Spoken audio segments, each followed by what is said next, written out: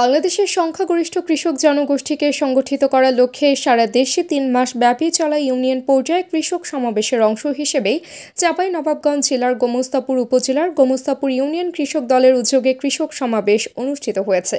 বুধবার বিকেল 3টায় গোমস্তাপুর ইউনিয়নের হাটখোলা বাজার চত্বরে এই কৃষক সমাবেশ অনুষ্ঠিত হয়।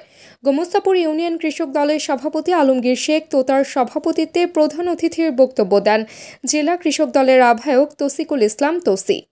বিশেষ অতিথি হিসেবে উপস্থিত ছিলেন জেলা কৃষক দলের সদস্য সচিব দুরুল হোদা, উপজেলা কৃষক দলের সভাপতি আনারুল ইসলাম প্রমুখ। সমাবেশে উপস্থিত জনসাধারণের বিভিন্ন সমস্যার কথা শুনে নেতারা ও সমাধানের জন্য দিক নির্দেশনামূলক পরামর্শ দেন এবং বাংলাদেশ জাতীয়তাবাদী কৃষক দলের লিফলেট বিতরণ করেন।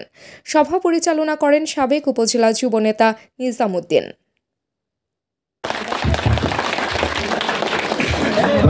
ওই লোনটা শোধ হয়ে যায়, তাই না? তাহলে আর গাভীটা থাকলো, ওই গাভী থেকে যতগুলো বাচ্চা দিবে সবই তার। যদি 5টা গাভী যদি সে পুষে পাবে, তাহলে সে আপনাকে লাভ দিবে না। সরকারের কাছে সুযোগ সুবিধা সব পাই দিলে আমাদের কোনো জমি জায়গা নাই, আমরা বিনা সুদে লোন চাইতে চাই এবং আমরা গরিব মানুষ তারেক রহমানের কাছে গরু বা ছাগল এরকম পোষার মতো আমরা পরিবেশ চাই।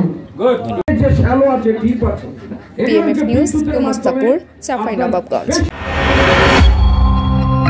BMF নিউজ, মানবতার পাশে সব সময়।